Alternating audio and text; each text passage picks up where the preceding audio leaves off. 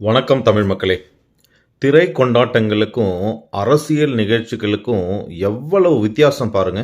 நான் சொல்றது மலேசியால நடக்கிற தளபதி திருவிழா, அதாவது ஜனநாயகன் படத்தோட ஆடியோ ரிலீஸையும், கரூர்ல நடந்த ரோட் ஷோவையும். அதாவது நீங்க காசு கொடுத்து டிக்கெட் வாங்கி ஒரு நிகழ்ச்சிக்கு போனீங்கன்னா, உங்களுக்கு செய்திருக்கிற ஏற்பாடு எந்த அளவுக்கு இருக்கு பாருங்க.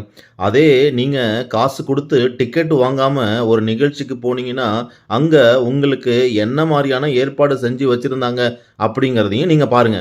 உட்கார்றதுக்கு சீட்டு, பெரிய பெரிய எல்இடி ஸ்க்ரீன்ஸு, உங்களுக்கு ஹெல்ப் பண்றதுக்கு க்ரூவு அப்படின்ட்டு எப்படிப்பட்ட ஏற்பாடுகள்லாம் செஞ்சு வச்சிருக்கிறாங்க. ஆனா, இதே ஒரு அரசியல் மீட்டிங்னா, இந்த மாரி 1% ஏற்பாடு பண்றாங்களா? மழை வந்தா உடனே தற்காத்துக்கிறதுக்கு ரெயின் கோட் வரைக்கும் ஏற்பாடு பண்ணி வச்சிருந்துருக்காங்க.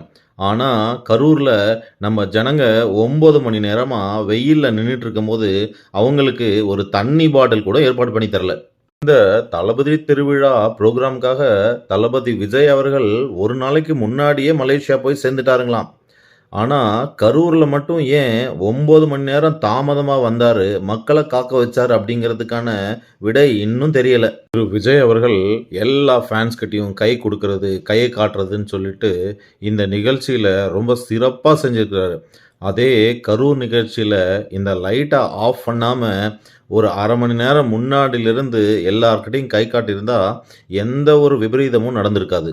காசு குடுத்துட்டு உங்கள பார்க்க வர ரசிகர்களுக்கு நீங்க குடுக்குற முக்கியத்துவம், உங்கள நம்பி ஓட்டு போட வர மக்களுக்கும் காமிங்க அப்படிங்கிறது தான் என்னோட கருத்து.